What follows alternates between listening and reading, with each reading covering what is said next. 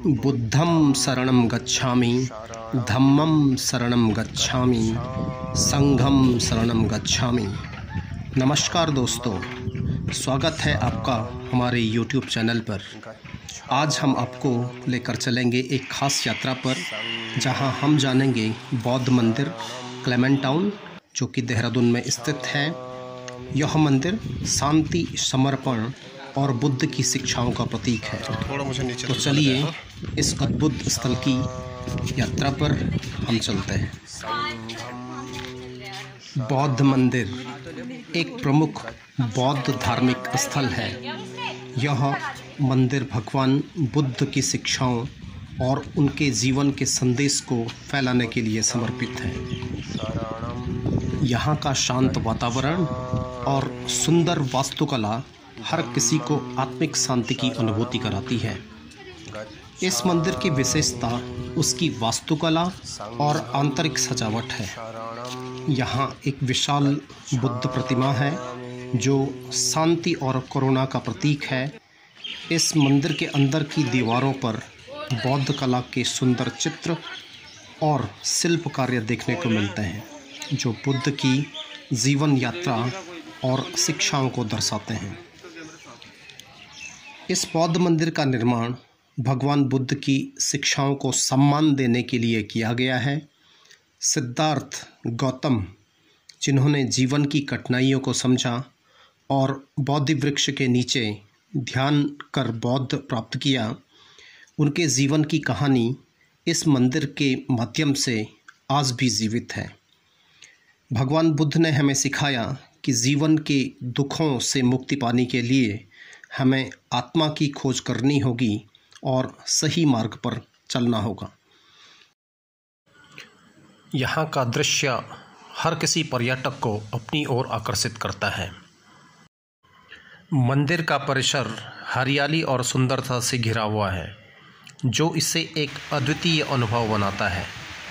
यहाँ आने वाले श्रद्धालु और पर्यटक शांति और सुकून की तलाश में यहाँ पहुँचते हैं। बौद्ध मंदिर का शांत और सुंदर वातावरण यहाँ आने वालों को आंतरिक शांति और मानसिक सुकून प्रदान करता है।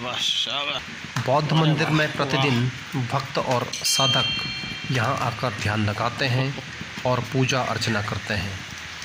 यह स्थान शांति की खोज करने वालों के लिए एक आदर्श स्थल है। यहाँ का वातावरण ध्यान और साधना के लिए बहुत ही उपयुक्त है।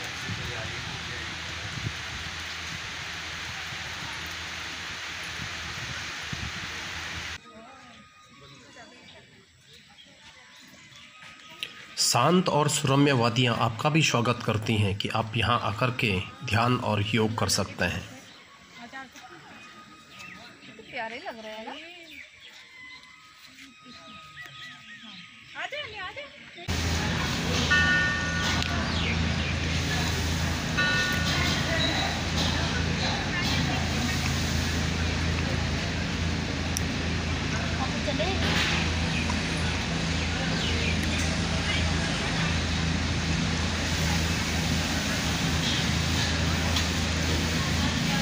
ये रहा बौद्धा टेम्पल के पीछे जो घना जंगल है, और इस घने जंगल के पीछे ग्राफिकरा यूनिवर्सिटी का मेन कैंपस है।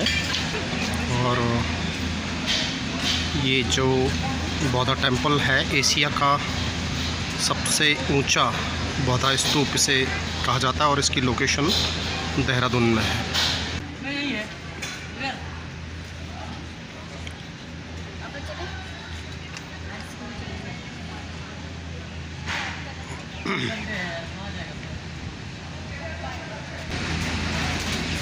बौद्धा स्तूप, बौद्धा टेम्पल, बौद्धा मार्केट, और यहाँ पर आप बौद्ध लोगों की दुकानों से सामग्रियाँ खरीद सकते हैं।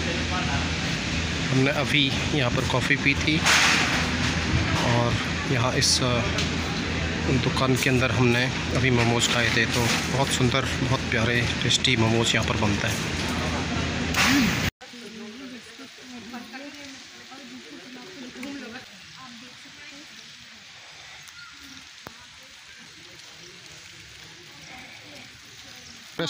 जहाँ हम आपको वो कार बताने जा रहे हैं। गाइस इसकी आवाज़ बिल्कुल बंद हो गई है और घर में बहुत ज़्यादा चिल्लाता है। यहाँ पे जो है इसकी आवाज़ बिल्कुल नहीं आ रही कैमरे के आगे, ये देख सकता है।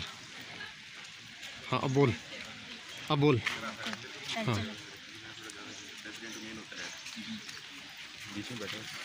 तो गाइस ये कार जब अंग्रेजी का ज़माने से कार है गाइस। अब ये पुरानी कार देखा तो अंग्रेज़ों के ज़माने की होगी। अंग्रेजी ज़माने की मर्सिडीज अंग्रेजी ज़माने की मर्सिडीज़ की कार है गाइस। मतलब उस समय तक ऐसी लग्जरी कार्स होती थी। अच्छा अंग्रेज़ों के ज़माने की क्या है? मर्सिडीज़ कार है। लग्जरी। अच्छा लग्जरी कार है। ये है वो कार। मैं तो कैमरामैन। तो गाइस सामने से आपको इसे दिखाते हैं। सामने से दिखा रहे हो? गाइस करीबन करीबन नहीं है, मर्सिडीज़ बेंज ही है वो। गाइस आप देख सकते हैं मर्सिडीज़ बेंज, पुरानी मर्सिडीज़ बेंज। ये रही मर्सिडीज़ बेंज। गाइस तो चलो आपको पूरा बुद्धा टेम्पल घुमाते हैं। तो इस साइड को आ जाएंगे।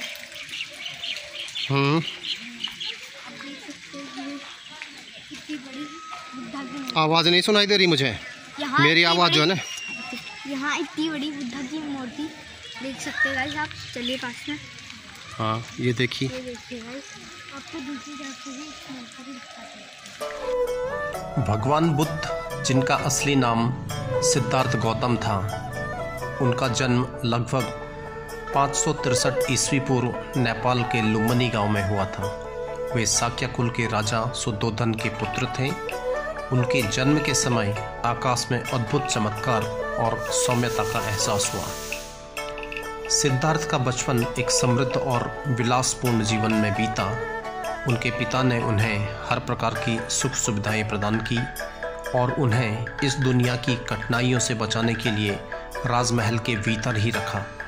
लेकिन सिद्धार्थ की जिज्ञासा और जीवन के सच्चे अर्थ को जानने की इच्छा उन्हें अपने महल की चार दीवारी के बाहर ले गई। एक दिन जब सिद्धार्थ ने महल की दीवारों को पार किया तो उन्होंने चार दृश्य देखे। एक वृद्ध व्यक्ति, एक बीमार व्यक्ति, एक मृत व्यक्ति और एक साधु। ये दृश्य उन्हें जीवन की अस्थिरता और दुखों के बारे में सोचने पर मजबूर कर गए। इन दृश्यों ने सिद्धार्थ को गहरे चिंतन में डाल दिया। उन्होंने संन्यास का निर्णय लिया और एक रात अपनी पत्नी यशोधरा और नवजात पुत्र राहुल को छोड़कर उन्होंने अपने आत्मिक खोज की यात्रा प्रारंभ की। सिद्धार्थ ने विभिन्न योगियों और तपस्वियों से ज्ञान प्राप्त करने की कोशिश की, लेकिन किसी भी पद्धति से उन्हें सच्चे ज्ञान की प्राप्ति नहीं हुई। अंततः उन्होंने आत्मा की शुद्धि और शांति के लिए खुद की साधना की शुरुआत की। एक दिन सिद्धार्थ ने बोधि वृक्ष के नीचे ध्यान करने का निश्चय किया। 49 दिनों की कठोर साधना और ध्यान के बाद उन्हें आंतरिक ज्ञान प्राप्त हुआ और वे बुद्ध अर्थात जागृत हो गए। इस क्षण को बौद्धि की प्राप्ति कहा जाता है। बौद्ध मंदिर में विशेष बौद्ध त्योहारों और धार्मिक आयोजनों का आयोजन भी किया जाता है, जिनमें बुद्ध जयंती और विपश्यना ध्यान प्रमुख हैं। यह बौद्ध मंदिर केवल एक धार्मिक स्थल नहीं बल्कि शांति और ध्यान का केंद्र भी है। यहाँ की सुंदरता और शांति आपको आत्मिक शांति की ओर मार्गदर्शन प्रदान करती है। योग और पर्यटन के लिए ये स्थान आपका भी बहुत बहुत स्वागत करता है।